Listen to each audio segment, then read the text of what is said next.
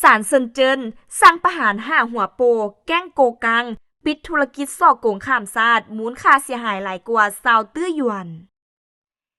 ข่าวสาร Daily News รายงานว่าวันที่4พฤศจิกายน2025ศาลประชาชนเมืองเซินเจิ้นแขวงกวางตุ้งประเทศจีนมีคำพิพากษาคดีใหญ่โดยสั่งประหารชีวิตผู้ต้องหา5คนซึ่งเป็นหัวโปโตการของแก๊งอาชญากรรมข้ามชาติที่ไปตั้งฐานปฏิบัติการถึง41แห่งในโกกังที่เป็นพื้นที่ปกครองของตนเองในภาคเหนือของเมียนมากลุ่มนี้ถูกกล่าวหาว่าไส้โกกังเป็นฐานปฏิบัติการส่อโกงทางโทรคมนาคมการพนันออนไลน์บังคับแรงงานหลอกลวงแรงงานไปต่างประเทศค่าประเวณีและเสื่อมโยงไปถึงการจัดซื้อผลิตยาเม็ดแอมเฟตามีนหลายกว่า11ตนรายงานระบุว่าเครือข่ายดังกล่าวเฮ็ดให้พลเมืองจีนเสียชีวิต6รายและมีผู้ตกเป็นเหยื่อถึงขั้นฆ่าตัวตาย1คนจากผลกระทบทางจิตใจและความสูญเสีย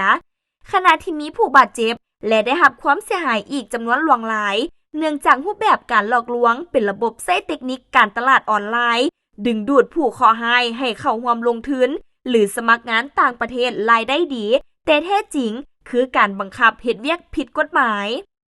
ด้านเศรษฐกิจกลุ่มนี้เกี่ยวข้องกับเครือข่ายการพนันออนไลน์และเครือข่ายส่อโกงรวมกันกว่า29ตื้อหยวนสร้างความเสียหายให้แรงในระดับบุคคลและส่งผลกระทบต่อความเชื่อมั่นของสังคม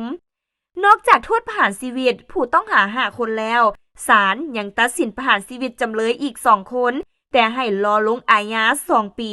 จำเลยอีก5คนจำคุกตลอดชีวิตและอีก9คนจำคุก3-20ปีพร้อมบทลงโทษเสริมเช่นปรับยึดทรัพย์ในประเทศหลังพ้นโทษ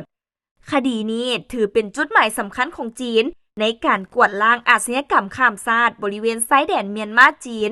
ซึ่งใน 2-3 ปีมานี้มีทีขึ้นจากช่องว่างด้านกฎหมายในพื้นที่พิเศษอย่างโกกังโดยทั้งการจีนย้ำว่า